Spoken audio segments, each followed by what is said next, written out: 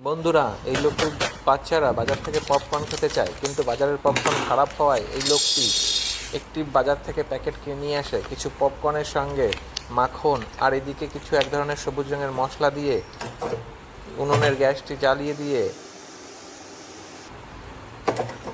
এই পপকর্নগুলোকে নাড়তে থাকে এবং তারপরে কিছুক্ষণ পরে এই পপকর্নগুলোকে নাড়তে নাড়তে যখন কিছুক্ষণ হয়ে যাবে ঠিক সেই সময় একটি কাঠের ঢাকনি দিয়ে এই কড়াইটিকে ঢেকে দেয়।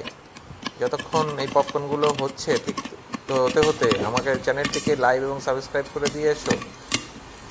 তারপরে কিছুক্ষণ কাঠের ঢাকনিটি নাড়াচাড়া করতে করতেই দেখুন কত সুন্দর পপকর্নগুলোর ভেতরে সবুজ রঙের পপকর্ন হয়ে যাবে। আপনারা এই পপকর্নের কড়াইটি খুললেই দেখতে পারবেন যে এর ভেতরে কত সুন্দর সবুজ সবুজ রঙের পপকর্ন তৈরি হয়ে গেছে, তাই না বন্ধুরা? কত সুন্দর।